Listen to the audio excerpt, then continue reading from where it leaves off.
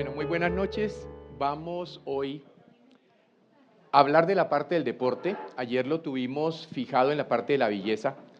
Pero ¿cuál es la idea? La idea es entender que la medicina se desvió del camino y se desvió del camino hace muchísimo tiempo, exactamente en 1910, cuando los médicos norteamericanos, basados en una cosa que se llamó el informe Flexner, que además estaba patrocinado por la Rockefeller y por la Carnait, crearon el concepto que se llamó la medicalización. A partir de ese momento, entonces la función del médico era diagnosticar enfermedades para tratar las enfermedades con protocolos terapéuticos ordenados por la American Medical Association. Entonces, tristemente, llevamos más de 120 años donde la medicina ha sido manejada por la industria farmacéutica, donde hay todo un concepto pues, muy preocupante en ese sentido, y nos alejamos realmente de la función real de la medicina, que era, como decía Hipócrates, la función del médico es enseñarle al paciente a cómo vivir para no enfermar. Entonces nos vamos a dar cuenta de que ¿dónde está el fundamento para que eso se dé? Está en algo que se llama estilo de vida, y que por consiguiente, si yo tengo un estilo de vida correcto, pues indudablemente puedo estar sano y llegar a la edad que sea con buenas condiciones. Yo tengo 67 años y no tengo ningún problema en hacer 120 kilómetros de bicicleta los fines de semana o 30 kilómetros en el velódromo en la semana. Y tengo 67 años y tengo vitalidad y no tomo ninguna clase de medicamento porque no tengo ninguna enfermedad. Entonces eso es muy importante entenderlo, porque uno sí puede llegar a viejo sano, así como veíamos ayer que se puede llegar a estar hermoso y se puede llegar a estar con un físico sin deterioro, pero siempre y cuando se cumpla estas condiciones básicas del estilo de vida. Entonces, quiero presentarles una película que hemos hecho, que tiene como fin presentar este concepto de por qué el estilo de vida se fundamenta básicamente se fundamenta en la medicina. Entonces, vamos a manejar este concepto clave.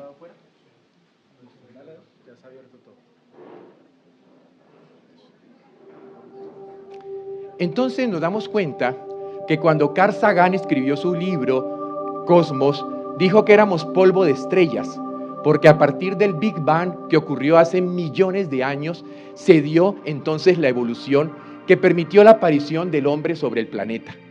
Y a medida que pasaron los años, hasta que llegamos a 10 millones de años, el hombre fue evolucionando basado en lo que la naturaleza le ofrecía. Toda esa información quedó allí, grabada en el ADN, y nosotros tenemos en el ADN todavía información que está guardada en genes que aún hoy día, 10 millones de años después, pueden influir sobre nosotros en aquello que se llama el genoma humano. Tenemos, por lo tanto, una información que nos permite saber cuáles son las bases fundamentales para vivir, que empezó indudablemente con un tipo de alimentación que es muy diferente, muy distante a la alimentación que hoy día consumimos. Y claramente está especificado qué es lo que nosotros necesitamos consumir y comer para estar realmente sanos. Pero al mismo tiempo que está allí definido, está definido otro aspecto importante. El hombre se hizo para moverse.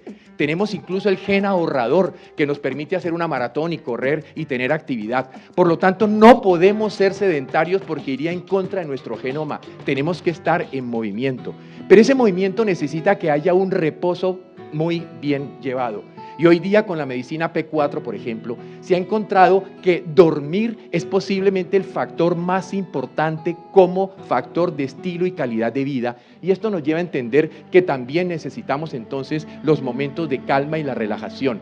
No podemos vivir con un simpático permanentemente activado, necesitamos tener un parasimpático también regulando y permitiendo que se dé el equilibrio. Y así tenemos entonces el equilibrio cuerpo-mente, que además necesita indudablemente que se dé dentro de un entorno ecológico sano, del cual también, como veremos tristemente, nos hemos alejado. Estos son pues los principios básicos que indudablemente nos conducen hacia la senda de lo que podemos llamar la salud. Pero ¿qué hemos hecho realmente los humanos? ¿Qué hemos hecho con toda esa información? Pues vemos que los chinos ya lo tenían claro, y la medicina tradicional china o la medicina ayurvédica de la India, o incluso lo que fue posteriormente con el paso de los años la medicina hipocrática, se fundamentó en el concepto del naturismo, es decir, que tenemos que vivir con base a las leyes de la naturaleza que están en nuestro genoma. Pero ¿qué hicimos con todo eso? Indudablemente pasó el tiempo, pasó la evolución y hemos destruido prácticamente toda la información que está en nuestro genoma. Vivimos en contra de la información que nuestro cuerpo espera recibir. Y la alimentación se llenó entonces de grasas trans, que indudablemente son claramente proinflamatorias y que aunque nos muramos de las ganas de comernos estas papitas fritas, seguramente cada que lo hacemos estamos induciendo inflamación o estamos llenando el cuerpo de ingentes cantidades de azúcar, más de 70 kilos persona año, o dejamos de tomar agua para empezar a tomar bebidas acidificantes que indudablemente son peligrosas para la salud. Y pusimos como base fundamental de la alimentación del ser humano algo para cual no estamos diseñados, los cereales. Los cereales son del neolítico, pero además nos volvimos totalmente sedentarios, sedentarios en la vida, sedentarios en el trabajo, y el poco tiempo que tenemos de descanso, a lo mejor muchos lo pasan ahí echados exactamente sin un descanso. Y le introdujimos además al cuerpo hábitos desastrosos que pueden ir desde el hábito de fumar hasta incluso la introducción que han hecho los seres humanos de las drogas, que pueden ser los que podríamos llamar en alguna forma las drogas suaves o indudablemente las que podríamos llamar drogas duras, que van en contra de exactamente el estado de equilibrio del cuerpo. Y ya no estamos en un estado de paz emocional y espiritual, estamos en una sociedad que nos tiene completamente alterados, estamos llenos de odio, de rencor, con un simpático a punto de explotar, o simplemente nuestras emociones están cargadas de tristeza, de melancolía, de desánimo, de pérdida del impulso. Todo eso es a lo cual nosotros estamos llegando.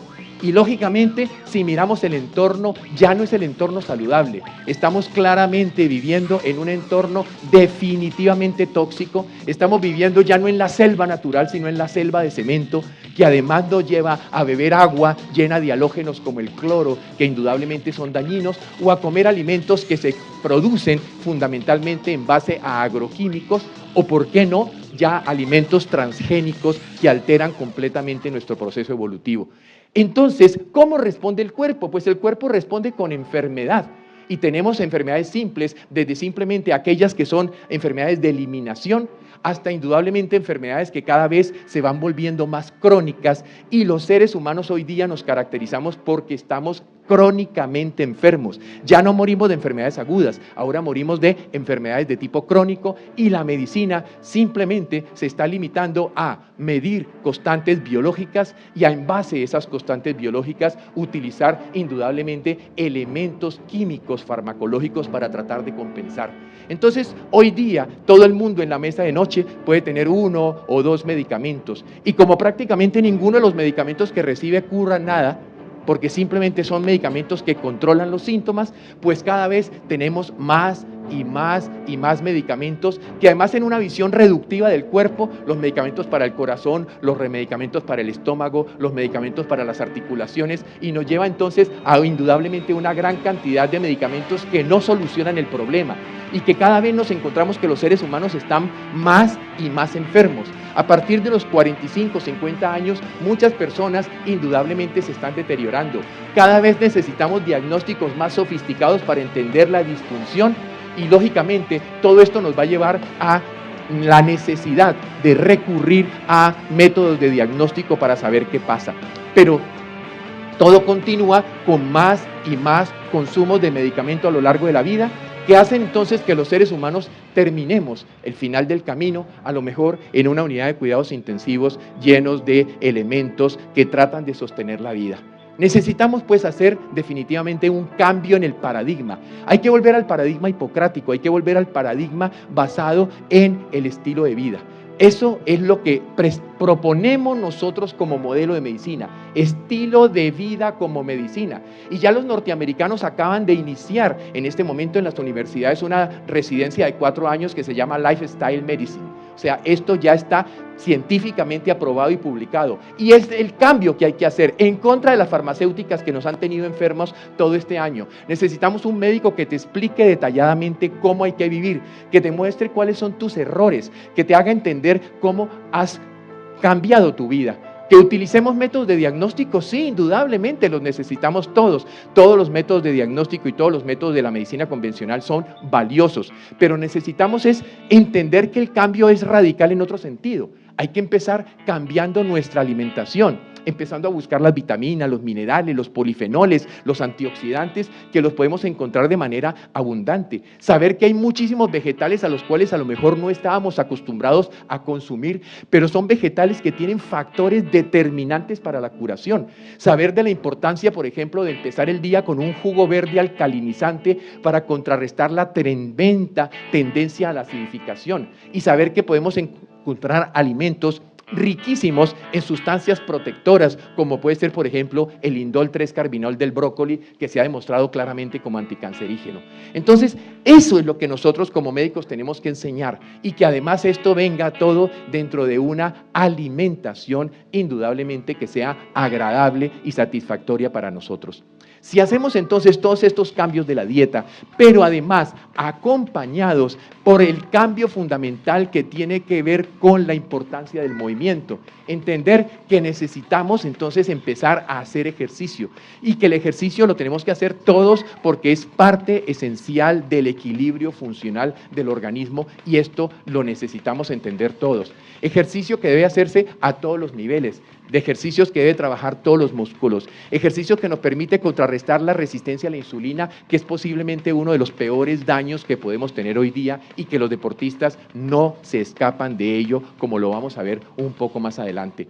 Esto lo podremos compartir además con la búsqueda de un entorno natural, un entorno que nos permita tener paz, que nos permita buscar ese equilibrio cuerpo-mente a través de la función entre el simpático y el parasimpático, que busquemos a lo mejor técnicas que pueden ir desde los masajes relajantes a los de masajes descontracturantes o desintoxicantes, como puede necesitar cualquier persona que practique el deporte. Que sepamos cómo el simpático y el parasimpático se regulan simplemente con un baño de agua caliente, o a lo mejor con unas esencias en un baño de tina que muchos de nosotros podremos haber probado. Y que al final entendamos que hay técnicas que pueden ser importantes en el deporte, como son las técnicas de los movimientos pasivos, como lo podemos encontrar en el yoga, como lo podemos encontrar en el tai chi chuan, como lo encontramos en muchas de estas técnicas, que nos permiten entonces estar sanos y saludables a través de lograr un estilo de vida como medicina. Y esto es lo que pretendemos enseñar, que cada uno de ustedes pueda hacer su jugada de decisión de cambiar su estilo de vida para permitir indudablemente jugárnosla hacia el encuentro de la salud. La salud no puede indudablemente seguir siendo los medicamentos. No podemos seguir buscando, y eso no quiere decir que cuando hay que usarlos no haya que usarlos. Cuando hay que tomar un antihipertensivo habrá que tomarlo, y cuando hay que tomar un medicamento o hacer un procedimiento habrá que hacerlo. Pero esa no es la base fundamental de la medicina. El concepto de la medicina basada en el estilo de vida es retornar al principio. Nuestro genoma es paleolítico. Las investigaciones que se hicieron en Euroasia, por ejemplo, permitieron medir genoma de 40.000 años de antigüedad, es lo más viejo que se ha medido, y tiene solamente 0.5% de diferencia con nuestro genoma actual. Es decir, casi que podríamos decir que somos seres del paleolítico, a lo mejor con un iPhone en la mano. Entonces eso nos tiene que quedar claro. Nuestro genoma busca una alimentación distinta a la que está recibiendo, busca una actividad distinta a la que no estamos teniendo, busca un equilibrio cuerpo-mente que ya tristemente no se está dando, y vive o esperaría vivir en un entorno ecológico muy lejano al que estamos teniendo. Entonces ese es el punto a partir del cual queremos sentar nuestra idea: medicina basada en el estilo de vida. Y esto nos va a permitir ahora entonces entrar a hacer el análisis de cuál es la propuesta dentro de esta mirada que nosotros aquí todos, el grupo en la Clínica O'Byrne, queremos presentarles a ustedes como alternativa fundamental para la práctica del deporte, bien sea del deporte de altísimo rendimiento y el deporte competitivo, como simplemente de aquel que a lo mejor todos los días va a hacer ejercicio, pero que si no tiene en cuenta ciertos aspectos, a lo mejor el ejercicio no va a ser benéfico, o otra cosa podría ser que el rendimiento que espera tener, pues no lo va a lograr. Entonces vamos a pasar a la segunda parte, en la cual empezaríamos a presentarles el modelo.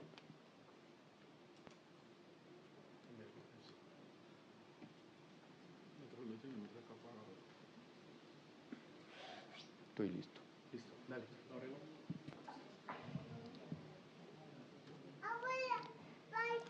Entonces nos vamos a dar cuenta que podemos encontrarnos el estilo de vida como medicina para el deportista, independientemente de cuál sea lo que hacemos. Hoy día todos entendemos que ya la gente entendió que hay que moverse. Algunos a lo mejor se mueven muy lentamente. Otros, en cambio, lo harán con más energía o con más entusiasmo. Pero la verdad es que, bien sea cualquiera que sea la forma de trabajo que hacemos, que busque ejercicios de coordinación, que busque ejercicios que permitan la activación, todo al final de cuentas para muchas personas no deja de ser más que un reto personal que puede ser, bien sea de tipo competitivo o bien sea que nos guste simplemente la adrenalina y la emoción que a lo mejor cualquier tipo de los ejercicios intensos que hoy día nos encontramos. Pero también nos podemos encontrar indudablemente gente que somete el cuerpo a tremendas cargas. Cuando ustedes vieron esta cosa de superhumanos que había ahora en la televisión, pues indudablemente yo creo que muchos de los que hemos hecho o conocemos medicina deportiva veíamos que allí se hacían cosas que indudablemente fueron claramente riesgosas o peligrosas para estas personas. Pero bueno, así es como la gente quiere indudablemente vivir. Por consiguiente, comprendiendo esto, vamos a ver que una de las cosas que proponemos es que lo primero que yo tengo que hacer con un deportista es la evaluación de su estilo de vida. Porque si yo no hago cambios en su alimentación, si yo no hago cambios en su forma de ser en la parte mental y emocional, si yo no veo, porque a lo mejor algunos están en un gimnasio o en un lugar donde tienen un buen preparador físico, pero otros simplemente salen a machacarse o van a machacarse a los gimnasios sin hacer realmente un trabajo dirigido, todo eso podría hacer que el deporte se convirtiera en un factor de peligro. Así que tenemos claramente orientado que hay que analizar la alimentación, hay que analizar la carga de actividad, hay que analizar el descanso y el entorno. Acuerde que son los 4 principios básicos hipocráticos que tenemos que tener en cuenta para estar saludables en cualquier condición de la vida, no solamente en la condición que está ligada al deporte. Esto nos lleva entonces al análisis cualitativo y cuantitativo de la dieta. Y Alejandro ahora nos va a hablar un poco de cómo podríamos funcionar y cómo podríamos tener en cuenta dicho análisis. Uno de los factores más importantes que hay que tener en este ejercicio de análisis es entender que el gran problema actual de la humanidad es que sabe comer, pero no tiene ni idea de alimentarse. Y hay una gran diferencia entre estos dos factores, porque comer es simplemente la acción de poner comida sin pensar qué estoy haciendo y tragármela simplemente para calmar esa sensación de hambre o esa incomodidad que tengo en relación a una serie de señales que mi cuerpo envía para avisarme que necesita nutrientes. Alimentarme es pensar y tener claridad en qué pongo en mi boca según esa necesidad que mi cuerpo tiene de nutrientes. Entonces lo que hay que entender es que el cuerpo necesita una serie de nutrientes muy puntuales y los necesita a diario y con constancia porque es gracias a esos nutrientes que llegan a mi cuerpo que se pueden hacer los procesos de reparación, de regeneración, de reconstitución, que se hacen todos los días, todo el tiempo. Tú debes pensar que todo el tiempo tu piel se está renovando, que todo el tiempo tus órganos se están renovando, porque las células se mueren, hay que botarlas y hay que crear nuevas. En ese sentido, todos esos procesos requieren de nutrientes muy puntuales. Ahora, la pregunta es, ¿tienes la claridad de si lo que comes a diario realmente le entrega a tu cuerpo esos nutrientes que tú necesitas? ¿Estás adquiriendo todos los minerales que necesitas en la cantidad que los necesitas a diario? ¿O estás adquiriendo a diario las vitaminas que son necesarias para todos los procesos que suceden en tu cuerpo? O más aún, las grasas. Y con las grasas hay que tener un elemento extremadamente importante y es que han sido satanizadas. Durante los años 70 hubieron muchas investigaciones científicas pagadas por la industria del alimento del azúcar para satanizarla y llevar a la gente a malentenderla y a mal concebirla, haciendo que la gente dejara de consumir grasa y se pasara al azúcar, cosa que ha sido un tremendo error desde lo alimentario porque es casi que una de las principales fuentes de enfermedad desde lo alimentario. Entonces este examen, y esto que ustedes están viendo ahí, son los resultados de una evaluación que hacen conmigo, donde yo simplemente agrego en un software que tenemos todo lo que ustedes comen a diario, y esto me permite saber si lo que estás comiendo no solo es la cantidad correcta, porque eso es muy fácil de evaluar, sino si lo que estás comiendo le está dando a tu cuerpo la cantidad de elementos necesarios para que éste haga todos los procesos de regeneración y mantenga la salud.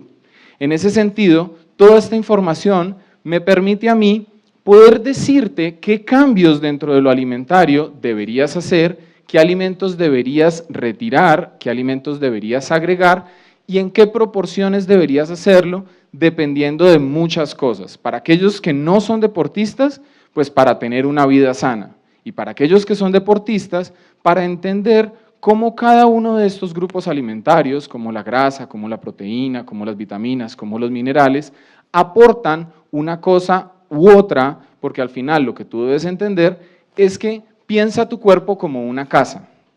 Si yo estoy construyendo una casa y quiero que esta casa realmente perdure en el tiempo, pues yo debo asegurarme de que todos y cada uno de los materiales que yo ponga sean de máxima calidad.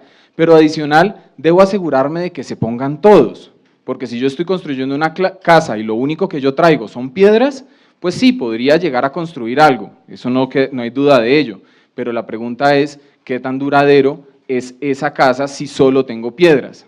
A diferencia de si además de piedras tengo cemento y tengo varillas y tengo muchos otros materiales y si tengo acabados. Entonces, es en eso en lo que tienes que pensar y cada uno de estos nutrientes generará en tu cuerpo estructuras y tejidos diferentes y por eso es importante entender todos y cada uno de ellos. Importante entender que existen muchísimas técnicas alimentarias, dieta ancestral, dieta cetogénica, vegetarianismo, frutivorismo, y cada una de estas tiene pros y tienen contras que yo debo pensar y entender en relación al porcentaje que estoy agregando de cada uno de estos nutrientes en relación a lo que quiero hacer. Entonces, es importante y quiero dejar este elemento muy claro, deja de simplemente solucionar tu hambre y empieza a pensar realmente qué te está aportando ese alimento que te estás poniendo en la boca en relación a tu salud y a tu vida. En ese sentido, Norbey nos va a hablar en este momento de una segunda evaluación que se puede hacer ya desde el punto de vista del ADN para entender estas necesidades de ejercicio. Buenas noches. Bueno, continuando con la propuesta que nuestro centro y el grupo de médicos encabezados por el doctor Ovirne hace, para afinar un poco más todo lo que se ha hablado anteriormente y recordando un poquito lo que se dijo al inicio, el genoma y la información genética es la que define con sus variantes pues que muchas cosas con respecto al ser humano. Somos parecidos, pero esa variación es la que permite a uno tener un color de ojos diferentes, una forma de la nariz, una forma de los ojos, una composición corporal diferente. Ese mismo genoma es el que permite la capacidad del cuerpo, esas variaciones de absorber o metabolizar nutrientes. Hay alteraciones en las cuales, por ejemplo, con que se realiza el consumo adecuado de nutrientes, vitaminas, minerales, el cuerpo, por esa alteración o variación genética, no está en capacidad de hacerlo.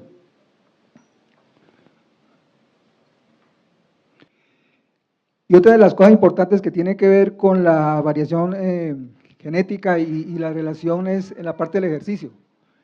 Por ejemplo, una de las cosas que mide este examen, que se toma de una manera muy fácil y es a través de la secreción de la saliva en la boca con un hisopo o con un escobillón, se toma la muestra y se manda, aquí en Colombia todavía no la están haciendo, se manda a Estados Unidos, en un tiempo de 15, 20 días es que se da la información, más o menos.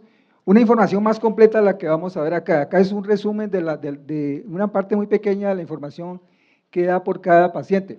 Por ejemplo, una de las informaciones que dan es la motivación para hacer ejercicio. Más o menos hay 2 o 3 variantes que cada gen tiene, y de acuerdo a la variante hay diferentes formas en que el cuerpo reacciona alimento a nutrientes y al ejercicio. Entonces, por ejemplo, este es un ejemplo de un resultado en la que la motivación del ejercicio de acuerdo a esa variante del gen nos da mejorado, o sea, la persona tiene gran motivación para hacer ejercicio, no hay que estarla estimulando, no hay que estarla forzando, ni motivarla demasiado para que haga ejercicio, ella tiene la motivación para hacerlo. Hay personas que lo tienen no tan mejorado, lo tienen alterado, lo tienen bajo y entonces son las personas que no les gusta hacer ejercicio.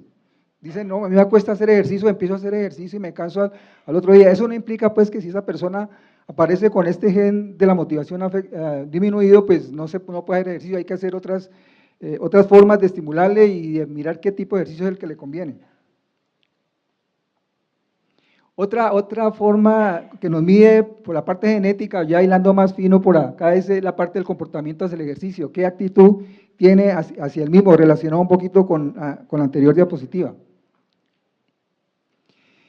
Importante porque nos mide la capacidad de la persona de hacer trabajo de fuerza o trabajo de resistencia. Pues los que trabajamos, los que conocemos la parte deportiva, sabemos que hay personas que tienen mayor capacidad para hacer trabajo de fuerza, trabajo de pesas, trabajo de velocidad de 100, 200 metros y otras personas que tienen mayor capacidad de hacer resistencia, medio fondo, 10, 21, una maratón o las ultramaratones.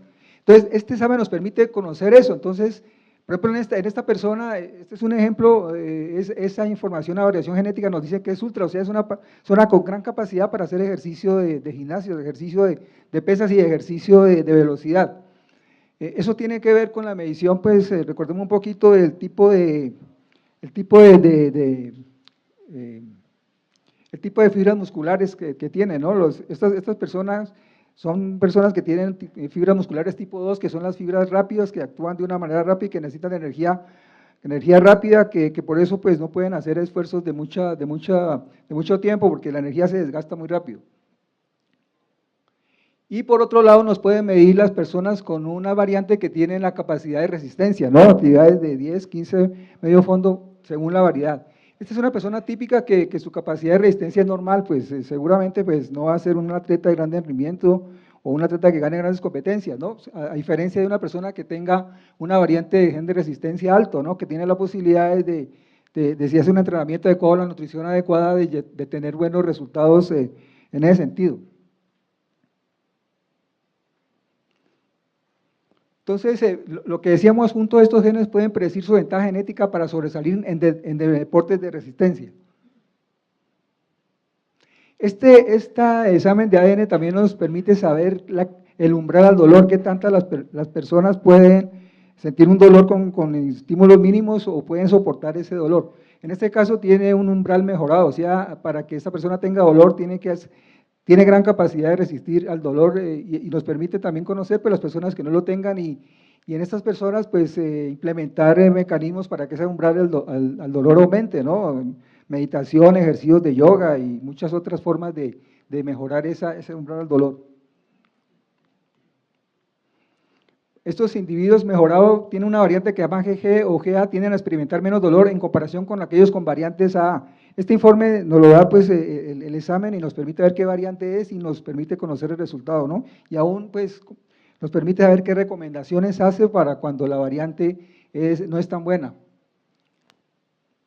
Mire, otro aspecto importante es que a nivel genético está la disposición o la predisposición o no de tener lesión en uno de los tendones que con frecuencia se puede lesionar, que es el tendón de Aquiles.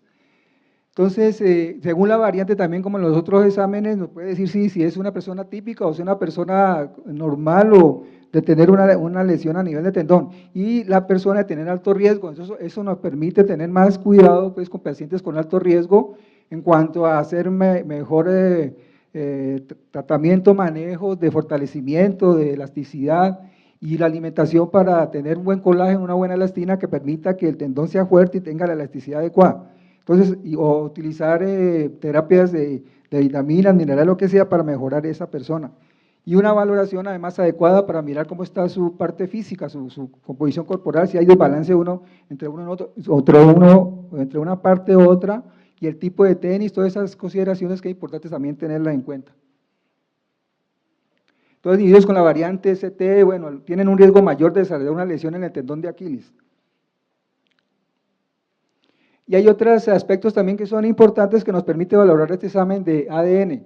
Por ejemplo, bueno, eso es un resumen de lo que vimos anteriormente, la motivación para el ejercicio, el comportamiento del ejercicio, potencia y fuerza, lo que hablamos anteriormente de la resistencia, el dolor y la lesión del tendón de Aquiles. Entonces, el examen nos muestra, pues, nos va mostrando específicamente cada situación y al final nos da un resumen. Nos permite también conocer qué tanta capacidad tiene el cuerpo de absorber y de metabolizar los nutrientes, las vitaminas, los minerales. Ahorita Alejandro nos hablaba de la importancia, pues, de mirar cómo están los nutrientes, de mejorar, quitar unos, pero la parte genética también nos puede estar afectando. Por ejemplo, la vitamina, nosotros no la consumimos en los alimentos como vitamina A, sino como betacaroteno. Es un precursor de la vitamina A y el cuerpo necesita unas enzimas. Las enzimas son proteínas que se producen por la información del ADN y que permiten, pues, que esa betacaroteno se convierta en vitamina A. Entonces, por ejemplo, aquí nos está mirando un factor de riesgo en este ejemplo de este paciente elevado para tener deficiencia de vitamina A. Entonces, seguramente su producción de estas enzimas para convertir esta no es la adecuada y en el caso toca aumentar o suplementar, no tanto con betacaroteno, sino con vitamina activa, en esta situación especial. Entonces, estos individuos necesitan asegurarse de estar consumiendo cantidades adecuadas de vitamina A, especialmente en la forma preformada de vitamina A. Aquí, el examen también nos permite conocer las fuentes de la vitamina A. Ahí tenemos, por ejemplo, un ejemplo, la calabaza, la zanahoria, y en toda información que da sobre cada nutriente específico, tenemos esta información de los nutrientes que nos pueden mejorar o aportar ese tipo de nutrientes. Entonces, ahí está como resumen parte de lo que hemos visto, la vitamina A, pero también mire todo el resto de nutrientes, la vitamina B12, la vitamina C, la vitamina D. Pues nosotros necesitamos todos estos tipos de elementos, pero cuando se hace deporte hay unas vitaminas que son más importantes que otras. Por ejemplo, la vitamina B12 por su acción de producción de energía, por su acción de mejorar el impulso nervioso para que el músculo funcione adecuadamente, la vitamina C como antioxidante, la vitamina C como mejorando la parte inmunológica. Cuando nosotros hacemos deportes hay un momento en que hay una ventana inmunológica que podemos tener riesgo de enfermarnos, entonces tener buenos niveles y buen manejo de la vitamina C es un factor importante para estar en esas buenas condiciones.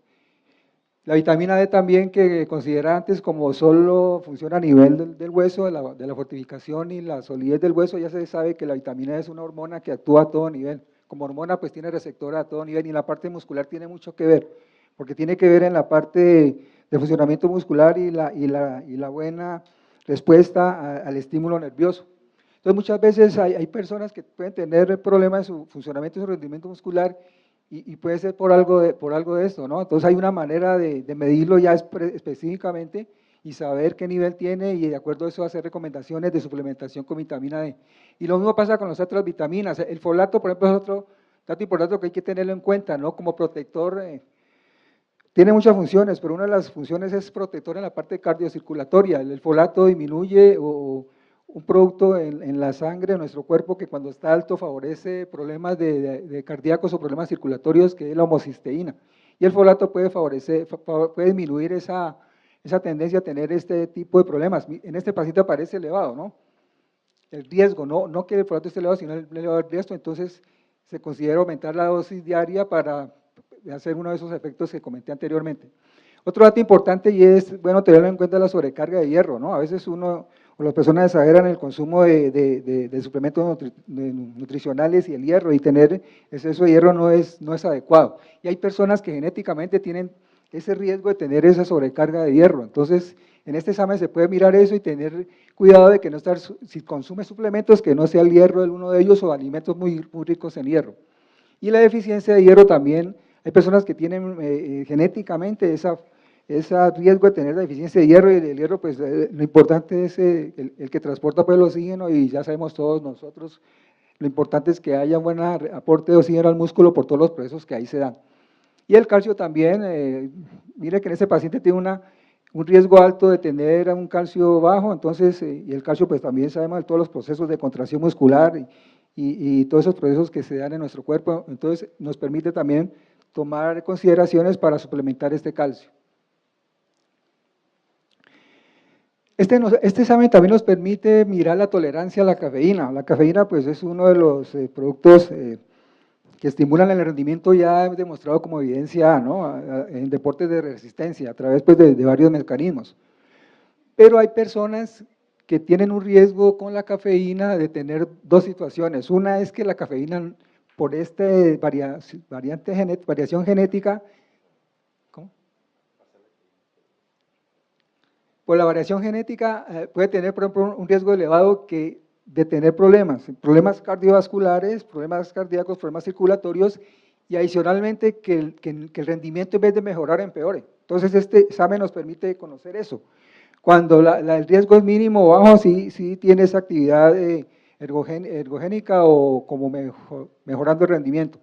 La cafeína puede producir desempeño sostenido en individuos con la variante A y la cafeína más efectiva de mejorar el desempeño sostenido en atletas con la variante G. Entonces hay unas variantes que sí permiten que ese efecto para mejorar el rendimiento sea bueno, pero en otras personas no, y este examen nos permite conocer esa parte.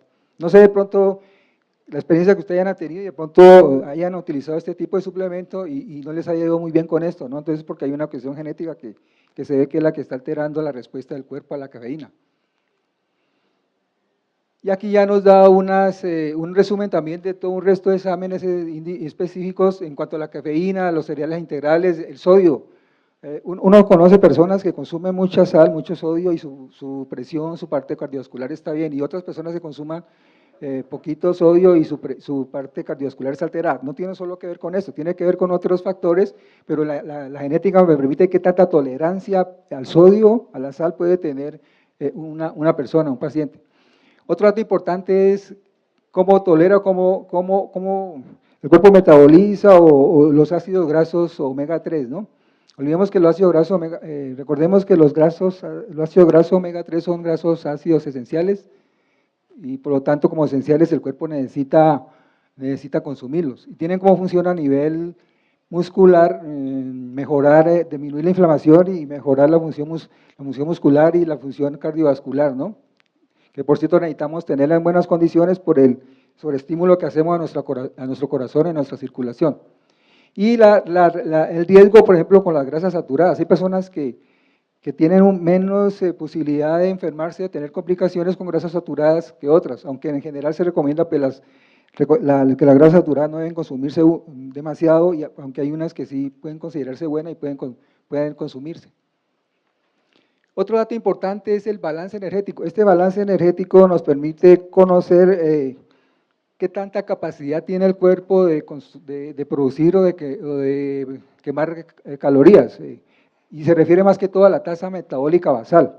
La tasa metabólica basal es la capacidad del cuerpo de quemar energía o de producir calorías en estado basal, o sea, sin hacer ejercicio, para los requerimientos básicos. Todo esto nos permite saber si una persona, ese balance energético es bajito, o sea, tiene una tasa metabólica basal, una producción de calorías o de producir energía bajito, y son las personas que tienen dificultad para muchas cosas, por ejemplo, para bajar de peso, y aún para tener un buen rendimiento haciendo ejercicio. Entonces, es un buen indicador de este proceso, para estimularlo, para mirar cómo se hace para mejorar esta alteración como una variante. Pero las personas con estas variantes tienden a tener tasas metabólicas inferiores en comparación con los individuos con otra variante. Como tales necesitan consumir menos energía para mantener las funciones corporales normales. Es por eso que unas personas se comen de todo, comen carbohidratos, comen grasa y todo y nunca suben de peso. Tienen una tasa metabólica basal alta y una capacidad de quemar todos esos combustibles y de producir energía.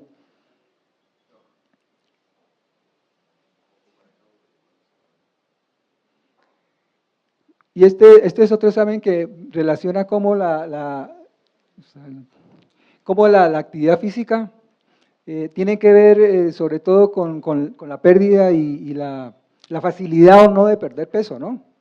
Nosotros vemos cuando tenemos pacientes con problemas de peso que hay unas personas que con la recomendación del ejercicio bajan de peso fácil, otras que es más complicado. Entonces nos permite saber si la variante genética que tienes es algo que nos va a traer resultados fáciles a corto plazo o va a ser más complicado, ¿no?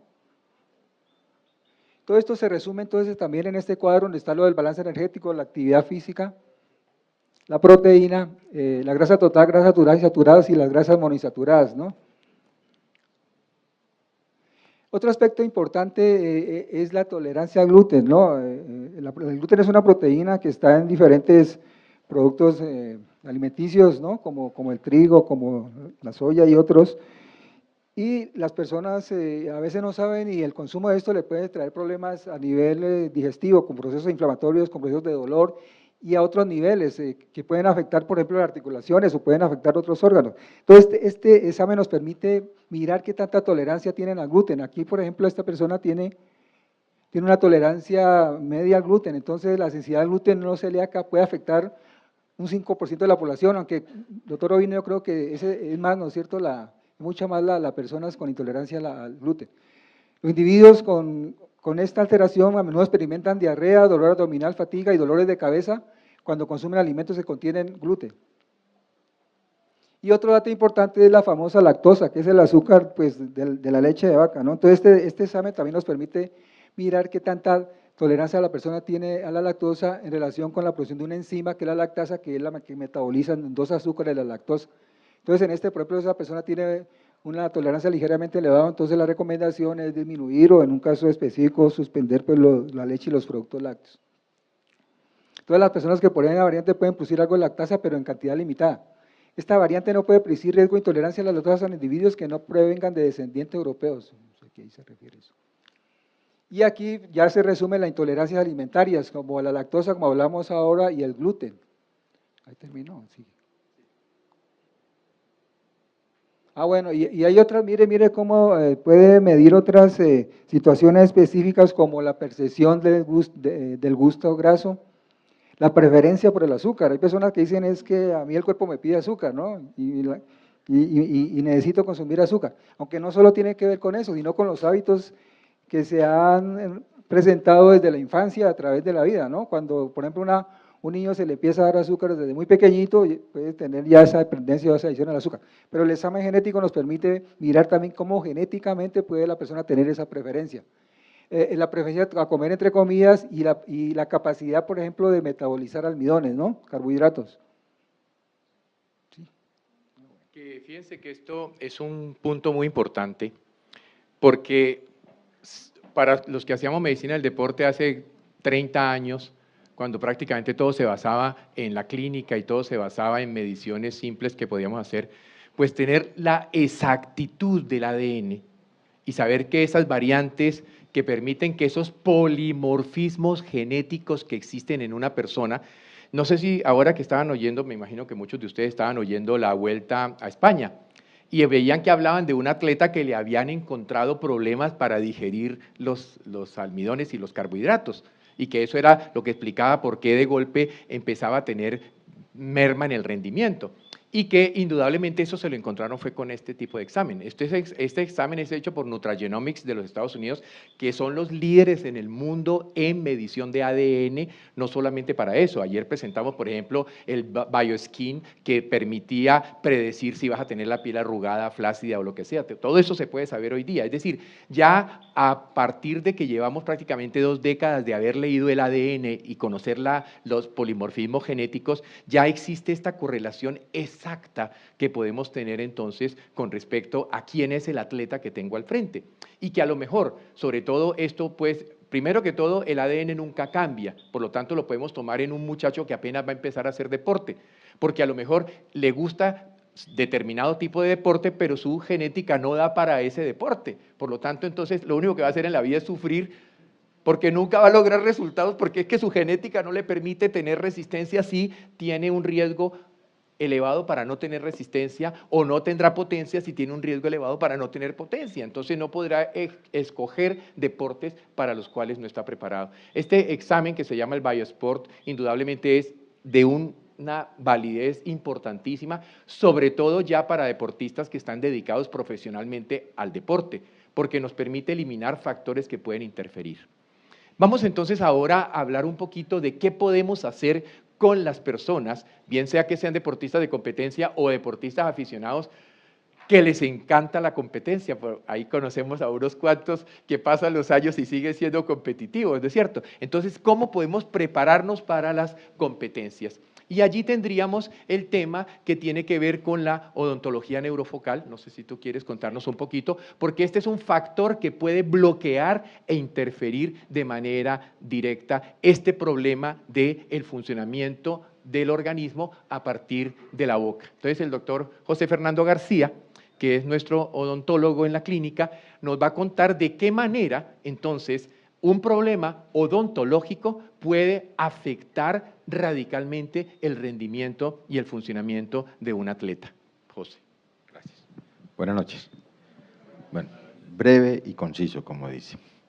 Resulta que nosotros en el Centro de Medicina Biológica con el doctor Ovirne hace más de 20 años, mucho más creo, llevamos trabajando el concepto de la odontología neurofocal. Hoy en día hablamos de la odontología integrativa y se basa en el concepto de que todo lo que hagamos en la boca, dientes, encías, lengua, paladar, absolutamente todo, repercute sobre los órganos y sobre los sistemas.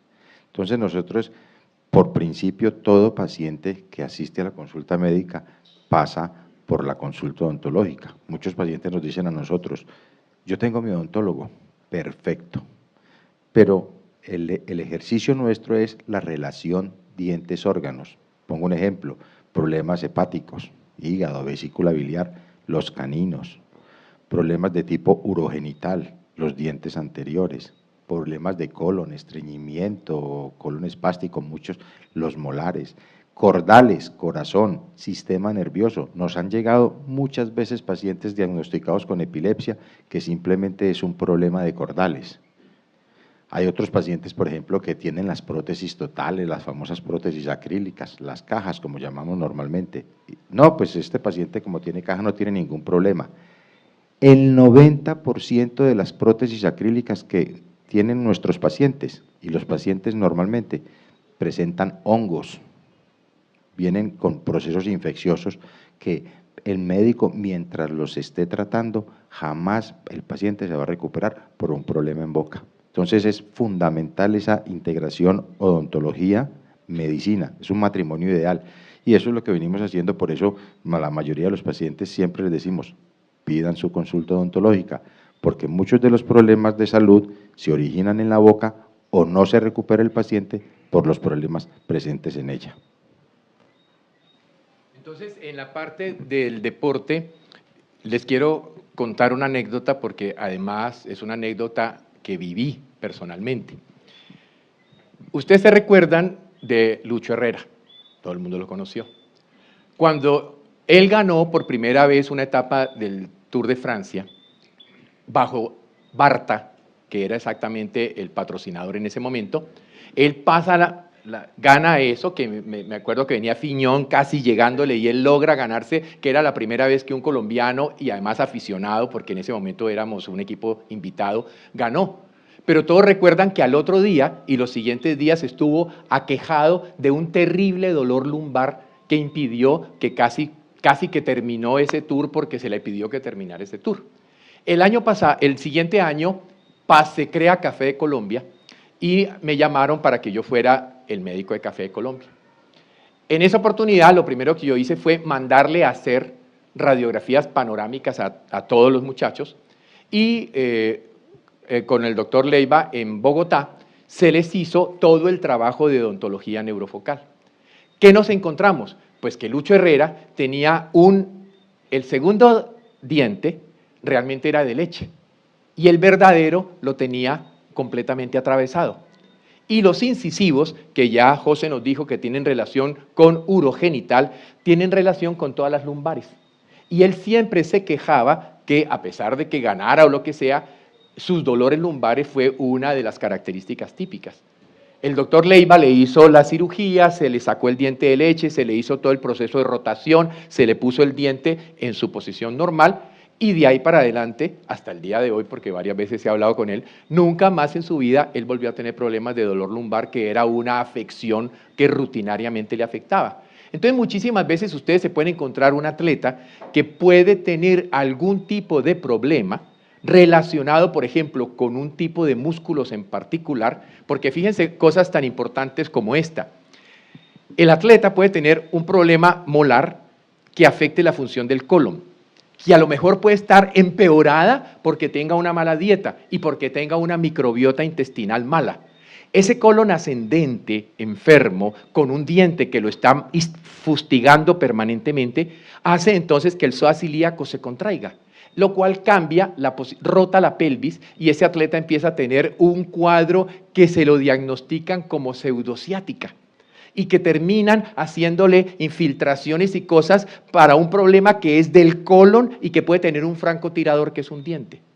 Entonces, este caso que le estoy contando no es hipotético, es de un atleta que encontramos que sus problemas de dolor de pierna izquierda, que como futbolista lo perjudicaban notablemente, cambió cuando solucionamos el problema del granuloma dentario que tenía, cuando le enseñamos a comer bien y cuando le cambiamos la microbiota y le mandamos a tomar probióticos de manera persistente, arreglando su colon y es su problema de su famosa pseudociática, que además pseudo no es nada, porque el pseudo siempre es una mentira. O sea, él no tenía ninguna ciática, él tenía un reflejo producido por los cambios de posición en la pelvis a partir de un problema que venía desde la odontología. Entonces, para nosotros siempre es muy valioso que se vean claramente que no haya problemas desde la odontología que puedan ser un factor de interferencia que luego para las competencias, por eso lo hacemos en los periodos de precompetición, o sea, cuando el atleta apenas va a empezar su preparación, allí hacemos toda la evaluación. Y eso nos lleva entonces a la importancia de la terapia ortomolecular para optimizar el rendimiento metabólico en el deportista. Es decir, hay nutrientes específicos que nos ayudan a mejorar el rendimiento. Y Katia nos va a contar un poco sobre el uso de vitaminas y minerales orales para el tratamiento de los pacientes. Buenas noches. Sí, partimos siempre de que si el principio hipocrático es realmente usar los alimentos, todo deportista debe tener, ya incluso con esa individualidad que da la genética y con esas orientaciones hacia el deporte determinado, tener esa dieta resuelta, ¿sí? Y claridades para el tema alimentario. Pero realmente sabemos que un deportista, sobre todo si está a nivel competitivo, pues va a tener que suplementar en algunos momentos, ¿sí? Ya sea pre o post. Y entonces necesitamos que buscar, como en todo, calidades, ¿sí? O sea, los nutramentos, y lo observamos también cuando allí en el examen nos dan una lista de cuáles son las fuentes dietarias, que es muy interesante, pero también cuál es la forma de mayor biodisponibilidad. Y entonces en eso hay una gama, un abanico terapéutico de nutramentos y tratamos siempre de buscar que sean de origen orgánico, que realmente estén certificados en esto y que tengan la mayor biodisponibilidad y que se ajuste a las necesidades individuales para esa persona y también para el tipo de deporte que realiza.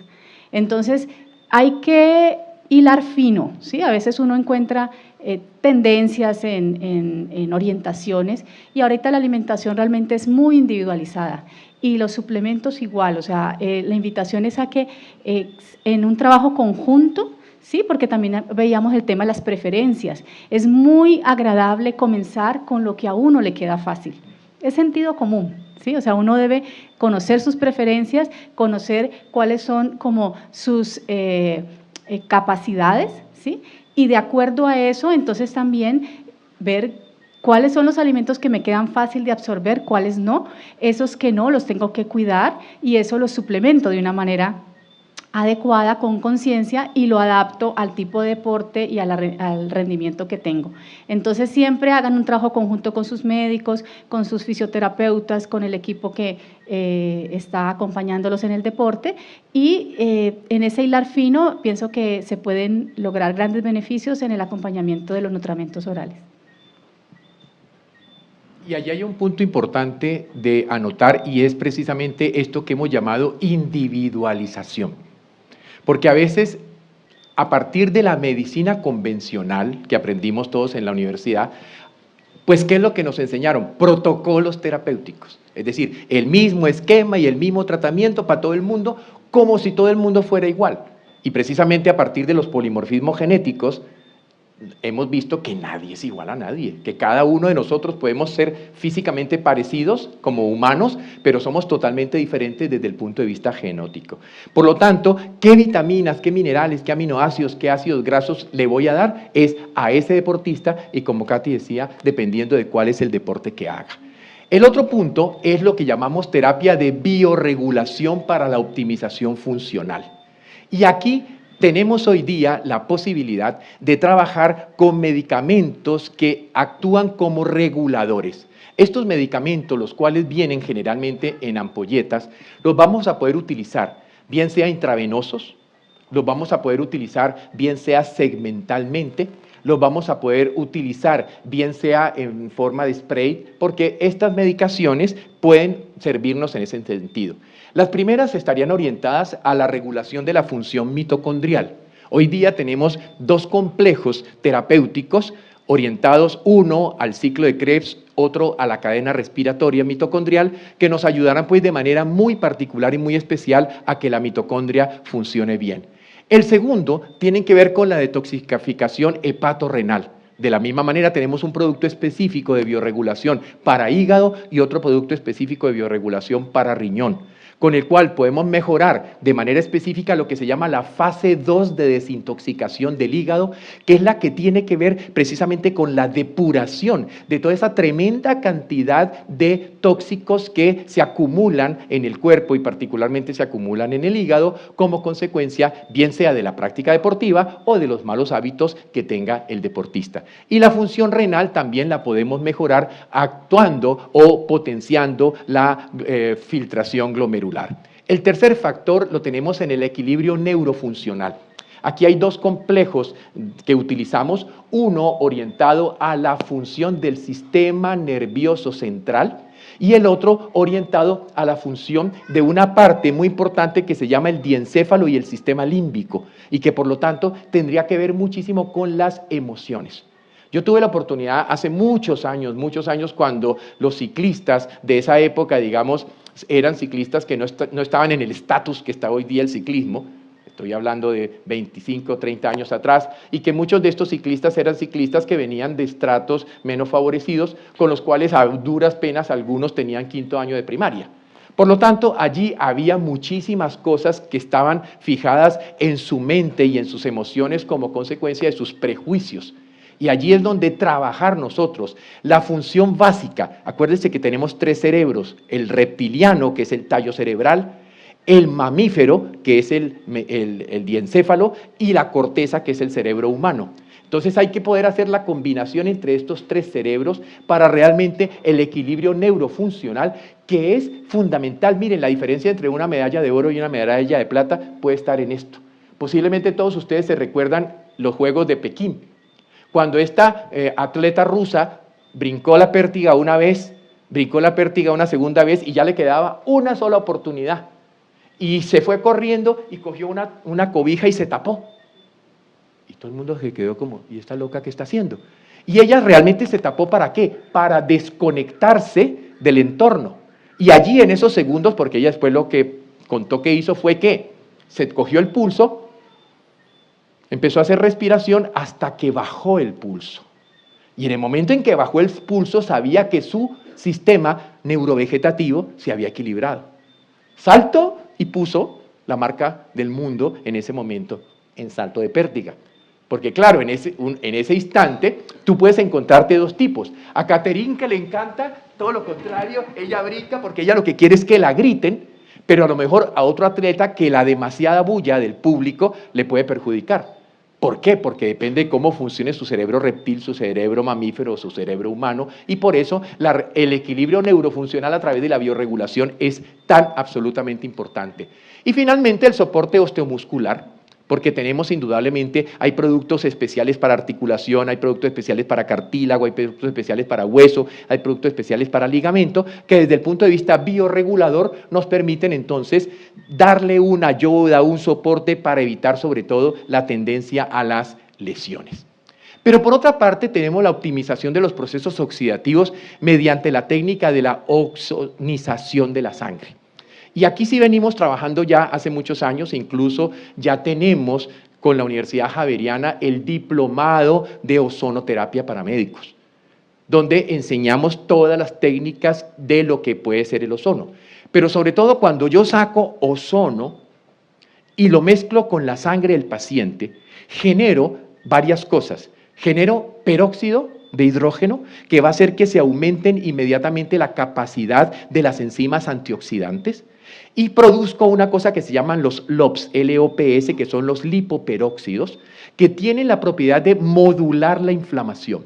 Y todos sabemos muy bien que uno de los impactos y las consecuencias típicas de la práctica del deporte se llama inflamación. Uno termina de hacer una etapa y está inflamado. Y cuando uno masajea a un atleta de estos, uno encuentra cantidades de puntos típicos de inflamación, y allí es donde la técnica de oxigenación sanguínea mejorará la capacidad de la hipoxia, por un lado, la falta de oxígeno, y la capacidad de modulación endógena, porque los lipoperóxidos los producen los propios sangre al entrar en contacto con el ozono, la modulación endógena entonces de los procesos inflamatorios. Esta ozonización sanguínea entonces será fundamental para la antioxidación y para la antiinflamación, dos cosas determinantes sobre todo cuando estamos hablando de atletas profesionales, de atletas de competencia. El otro punto ya es la recuperación post-competencia. Aquí entonces tenemos algo fundamental y es la suplencia intravenosa con macroelementos, microelementos, aminoácidos y vitamina. Y la doctora Patricia entonces nos comentará un poquito sobre el impacto y la importancia de por qué hay que poner en vena estos nutrientes. Buenas noches. Bueno, ya el doctor ha hablado de que nosotros somos individuales, únicos, diferentes, no somos iguales. Nuestra vida debe fundamentarse en nuestra paz y nuestra tranquilidad. Eso es base para uno estar bien, para uno tener una buena calidad de salud y calidad de vida. En cuanto a esto, pues también es individual, depende de la persona que está participando en esto. Nosotros hacemos en primer lugar una historia clínica individual, donde miramos cómo es la calidad de vida, cómo es su ejercicio, cómo es su alimentación, qué tipo de deporte está practicando, qué es lo que necesita para activar su cuerpo y para mejorarlo. Bueno, entonces después de que ha hecho o ha participado en una competencia, necesita que el cuerpo otra vez como que se reactive, se equilibre. Entonces hay sueros que le van a ayudar en esto. O sea, nosotros tenemos muchas herramientas, muchas armas para poder ayudar, para poder fortalecer el cuerpo. Entonces, tenemos sueros con oligoelementos, sueros de vitamina C que nos fortalece el sistema inmunológico, hacemos gran hemoterapia, hacemos varias cosas que fortalecemos el cuerpo de la persona, revitalizamos para que él siga una vida agradable, una vida equilibrada. El otro punto importante también que tenemos como soporte y como ayuda aquí es la ozonización sanguínea que podemos hacer después de competencia. En este caso, para lograr la antioxidación y la antiinflamación, es diferente a la gran ozonización que hacemos precompetitiva. Aquí la hacemos postcompetitiva, sacamos pequeñas cantidades de sangre, las mezclamos con el ozono y las aplicamos intramuscular. ¿Por qué? Porque después de la actividad deportiva el sistema inmune ha caído. Por eso es tan típico que ustedes vean que estos atletas famosos que vemos competir, en plena carrera de golpe hacen fácilmente gripas, y hacen fácilmente amigdalitis, y hacen fácilmente otitis y cosas de estas. Entonces allí es donde indudablemente tomando pequeñas cantidades de sangre, ozonizándolas e inyectándolas intramuscularmente o inyectándolas localmente en sitios donde haya inflamación o donde haya dolor, podemos ayudar a la recuperación del atleta. Y el otro punto que quiero ya para terminar es hablar del soporte, al final hacemos una rueda de preguntas, el soporte de las lesiones agudas y o crónicas como consecuencia de la práctica deportiva. Indudablemente el deporte está llevando el cuerpo a la máxima exigencia. A veces el atleta, por el afán de ganar, pues puede llevar su cuerpo al punto de lo que acaba de pasar en Medellín. Acaba en Medellín un muchacho de 38 años, creo que tenía algo así, de morir en la maratón de Medellín. Habría que preguntarse qué tan bien preparado estaba, bueno, 1000 cosas que no sabemos en este momento para hablar de ellas, pero el caso es que un muchacho de 38 años deportista en la maratón de Medellín se acaba de morir. O sea que el deporte puede llegar a tener peligros hasta ese nivel. Entonces, ahí tenemos algo importante que son los factores de reparación plaquetarios autólogos. Y entonces, el doctor Nelson Silva, que es nuestro ortopedista y traumatólogo de base, nos va a ayudar a entender un poquito por qué del plasma del paciente podemos encontrar y tener elementos que nos ayuden a su curación. Buenas noches. Las plaquetas, como sabemos, siempre están presentes en todo proceso reparativo. Si no tenemos hematoma, no hay reparación. Si un hueso se fractura y no sale el hematoma en la parte de la médula ósea, no va a haber reparación. Si no tenemos una caracha en la piel, no va a haber reparación. Pero hay ocasiones en que no es suficiente y nos toca ayudarlo, bien sea por lo que hablaban antes, porque los factores nutricionales del paciente no son suficientes, y toca ayudarle. Entonces, para eso procedemos a extraer sangre del paciente, la centrifugamos y lo que podemos hacer es aplicarla en diferentes sitios, bien sea articular, periarticular, muscular o tendinosa. Hay otras técnicas que nos ayudan mucho más, que es con las células autólogas. Ya eso es otro procedimiento mucho más avanzado, pero la idea es tratar de ayudarle al paciente a tener una reparación mucho más efectiva. Vemos que hay pacientes que tienen procesos artrósicos, procesos reparativos. Siempre las plaquetas son las que tienen varios factores que nos van a ayudar a que ese tejido vuelva a ser lo más parecido al original. Indudablemente, aquí vendría el tema en el cual estamos o venimos trabajando ya en el último tiempo, y son las células hematopoyéticas autólogas. Tuvimos que hacer toda una capacitación de crear una sala quirúrgica con aire filtrado, con cámara de flujo laminar, con todas las condiciones que exige la Secretaría de Salud para poder hacer este tipo de procedimientos. Y con el doctor Nelson estamos sacando células hematopoyéticas, generalmente estamos utilizando sobre todo la cresta posterior y la pelvis como fuente, y de allí entonces nos permite que estas células hematopoyéticas, qué lástima la película no se movió, para que viéramos entonces la sangre, de allí nosotros podemos favorecer los procesos de reparación. Usted sabe que las células hematopoyéticas tienen la función de día a día producir millones de células de recambio para los eritrocitos, los leucocitos y las plaquetas. Pero cuando esas células se colocan in situ, por ejemplo, como se pueden colocar, y lo hemos hecho ya, a mí personalmente me acaban de hacer infiltración en la articulación de la parte posterior de la espalda, ponemos directamente las células hematopoyéticas, entonces estamos favoreciendo la regeneración y la recuperación de tejidos que estén crónicamente afectados, como por ejemplo en el caso mío por lesión de ciclismo. Entonces de esa manera uno puede recuperar y lograr eliminar esos factores de dolor o de inflamación que muchas veces se presentan en los atletas.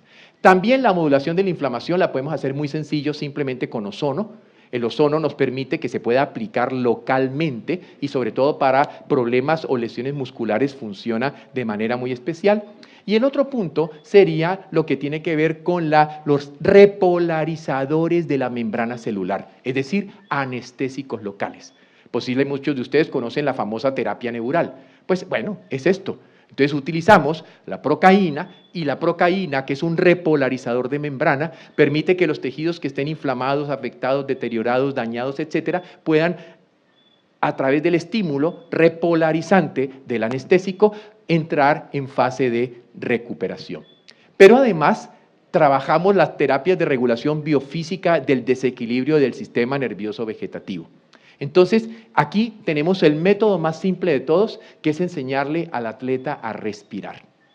Yo me recuerdo hace muchos años, cuando yo con los ciclistas en el velódromo, etcétera, les empezaba a decir que antes de las carreras se sentaran, se pusieran a respirar, ellos se reían y me hacían chacota y se burlaban un poquito de lo que yo les decía. Y cuando empezaron a venir los europeos, hicieron las primeras competencias en el velódromo que vinieron europeos, ¡qué sorpresa! De que los europeos hacían eso que para ellos era chistoso, que yo les decía que simplemente tomaran el aire profundo y lo eliminaran, y que en vez de ponerse a estar hablando o estar culequeando por ahí antes de las competencias, cuando ya sabían que les iba a llegar el tiempo de competir, se retiraran del bullicio y simplemente respiraran, porque eso permite automáticamente descender las pulsaciones y hacer todos unos cambios de regulación neurovegetativas que son absolutamente fundamentales. Entonces, pues esta es la idea, esta es la propuesta. Una medicina basada en cambios de estilo de vida, una medicina basada en el soporte del cuerpo. La verdad es que, por ejemplo, cuando trabajamos con el ozono, o cuando trabajamos con el plasma, o cuando trabajamos con las células hematopoyéticas, no estamos poniendo fármacos. Estamos utilizando los propios elementos y mecanismos que tiene el cuerpo para sanarse. Simplemente, pues, como médicos tenemos la posibilidad de manipularlos, prepararlos, hacerlos, inyectarlos, colocarlos en la manera adecuada. Hemos hecho todos unos cambios internos dentro de la institución para que todos estos procedimientos, la puesta de los sueros, todo se haga cumpliendo las normas y las vigencias que exige tanto la Secretaría de Salud como siempre utilizar productos que tengan registros de INVIMA para evitarse cualquier tipo de problema. Y de esa manera, entonces, permitir que los atletas, bien sea los competitivos o bien sea los profesionales, pues puedan obtener beneficio de esta mirada de la medicina del deporte orientada o fundamentada en los cambios de estilo de vida. Bueno, esa era la idea de lo que queríamos contarles para el día de hoy. Creo que había alguna pregunta en el ambiente. Yo creo que es el momento para poderla hacer.